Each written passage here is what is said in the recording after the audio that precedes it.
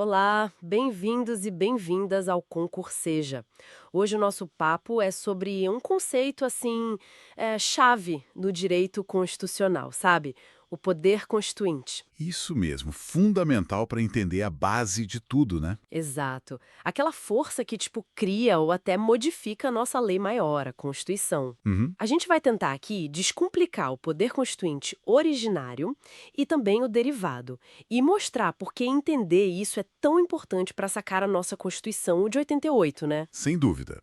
Compreender o poder constituinte é, assim, o primeiro passo para quem está começando no direito. É como se fosse a chave para entender de onde vem a autoridade da Constituição, sabe?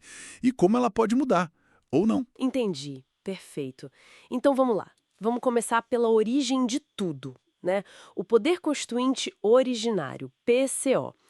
Ele aparece em que situações, assim? Olha, o PCO é aquele poder que realmente instaura uma ordem jurídica nova. Ele cria uma Constituição do zero, literalmente. Geralmente isso acontece em momentos de ruptura, sabe? Uma grande mudança social, política. Tipo uma revolução, fim de um regime? Exatamente. Revolução, independência, fim de uma ditadura. Pensa na nossa Assembleia Constituinte que fez a Constituição de 88 depois do período militar. Foi um momento desses. Ah, claro. E essa ideia moderna, ela vem muito lá da Revolução Francesa, né? Com os fiéis, a ideia de que a nação é soberana e tem esse poder fundamental. Legal.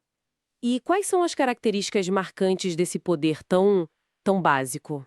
Elas são bem específicas, né? Primeiro, ele é inicial. Inicial? Como assim? É que ele inaugura a ordem jurídica. Não tem nada acima ou antes dele, juridicamente falando. Ele que dá o pontapé inicial. Certo. Depois, ele é autônomo. Ou seja, ele tem liberdade para decidir o conteúdo da nova Constituição, o que vai estar lá dentro. Faz sentido. Também é incondicionado. Isso quer dizer que ele não precisa seguir regras de procedimento que existiam antes na ordem antiga. Ele define suas próprias regras de funcionamento. E tem mais alguma? Tem a mais, talvez a mais debatida. Ele é considerado juridicamente ilimitado. Ilimitado? Quer dizer, pode tudo. Do ponto de vista do direito que ele está criando, sim. Não há limites jurídicos prévios a ele. Isso tem uma consequência importante. Não dá para alegar direito adquirido, por exemplo, com base na Constituição antiga, contra as novas regras. Ah, interessante isso. Sim, e o Supremo Tribunal Federal, STF, já reconheceu isso em decisões. No fundo, ele é um poder de fato, um poder político, que se impõe pela força dos acontecimentos. Entendi. Ah, e embora ele apareça nesses momentos específicos, ele é visto como permanente, porque essa capacidade fica ali, latente com a nação, sabe? Entendi. Então o originário cria tudo do zero, sem limites jurídicos. Mas e para atualizar a Constituição, para ela não ficar velha? Não precisa de outra revolução, né? Não, de jeito nenhum. Aí é que entra o poder constituinte derivado, o PCD. Ah, o derivado. Isso.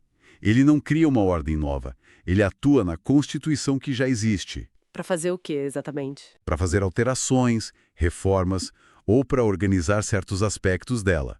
Mas a grande diferença é, por ser derivado, ele não tem a liberdade toda do originário. Como assim? Ele é limitado, condicionado e subordinado Limitado por quem? pela própria Constituição. Exatamente.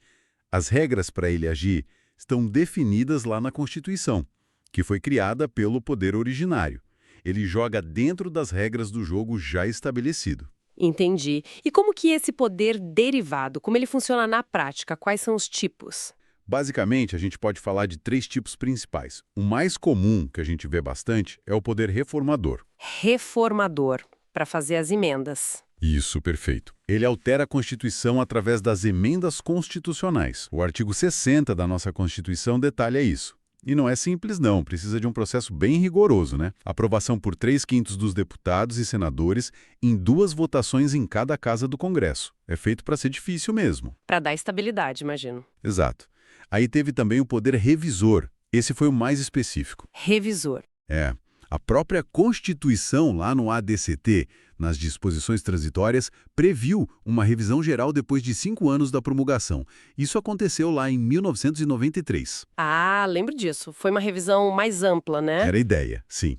E por último tem o poder decorrente.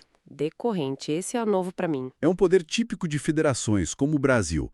Ele permite que os Estados-membros criem suas próprias constituições estaduais. Ah, tá. As constituições dos estados. Isso. O artigo 25 da Constituição Federal fala disso. Mas, claro, tem um limite importante, né? Qual? As constituições estaduais têm que respeitar os princípios e as regras da Constituição Federal.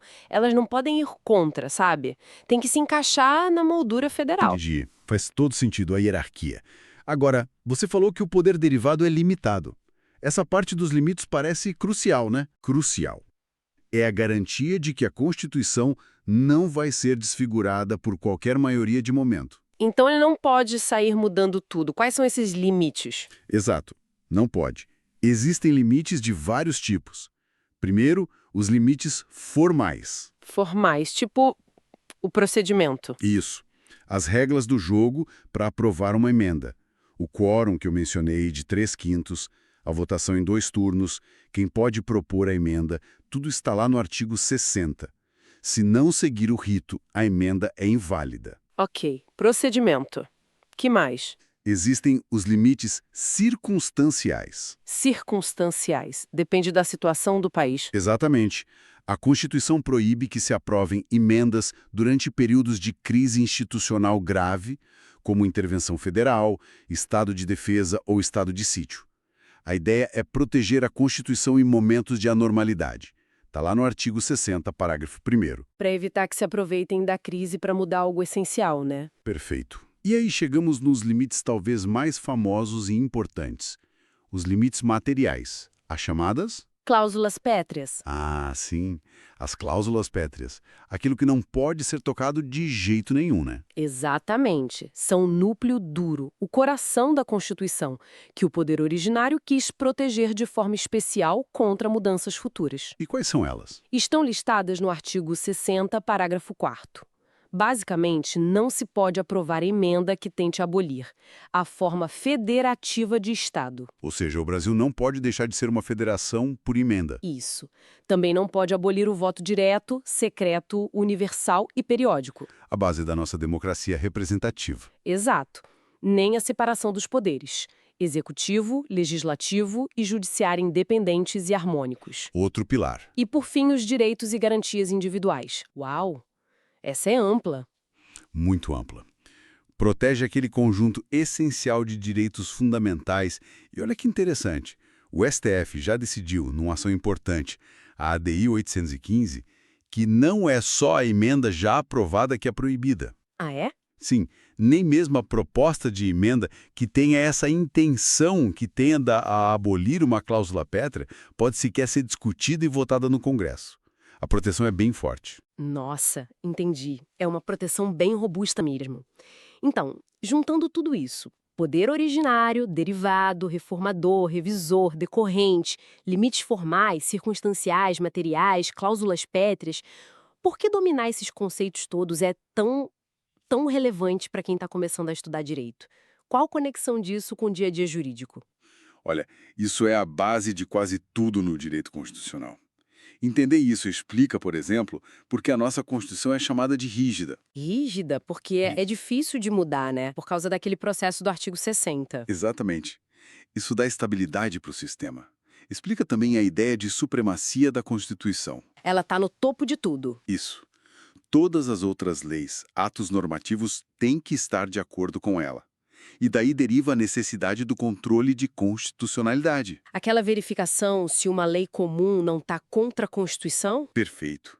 Se uma lei ou até uma emenda desrespeita a Constituição, ela pode ser declarada inconstitucional. E as cláusulas pétreas são a maior expressão dessa supremacia e rigidez. Elas são a garantia de que certos valores fundamentais, como a democracia, a federação, os direitos individuais, não serão eliminados por maiorias políticas futuras. É uma proteção contra retrocessos. Proteção da democracia e dos direitos, então. No fundo, tudo isso se conecta com a ideia de soberania popular, né? Que está lá no comecinho da Constituição, artigos 1º a 14, O poder emana do povo que o exerce, seja para criar uma nova Constituição, poder originário, seja para reformá-la dentro dos limites, poder derivado. Muito claro. Então, para a gente fechar o raciocínio, poder originário é a força total, inicial, que cria sem limites jurídicos prévios. Isso. E o poder derivado é o poder que reforma, revisa, organiza os estados, mas sempre dentro das 4 linhas traçadas pela própria Constituição, incluindo essas barreiras intransponíveis que são as cláusulas pétreas. Síntese perfeita. É exatamente isso. E fica até uma reflexão, né? Como que a gente equilibra essa necessidade de proteger as cláusulas pétreas, esses pilares, com a necessidade que a sociedade tem de adaptar a Constituição aos novos tempos, aos novos desafios? Boa pergunta. Manter a essência, mas sem engessar totalmente. Exato. Garantir que a Constituição continue sendo um documento vivo, relevante, sem abrir mão das suas garantias fundamentais. Essa tensão entre estabilidade e mudança é um debate constante e super importante no direito constitucional. Excelente ponto para a gente continuar pensando a respeito. Bom, esperamos que essa nossa conversa tenha ajudado a clarear as ideias sobre o poder constituinte. Foi uma análise focada, mas acho que é essencial, né? Com certeza, é um tema central. Então não deixem de acompanhar as nossas próximas aulas e também de conferir os outros cursos e materiais aqui no canal Concurseja para aprofundar os estudos. Muito obrigada pela companhia e até a próxima! Até a próxima.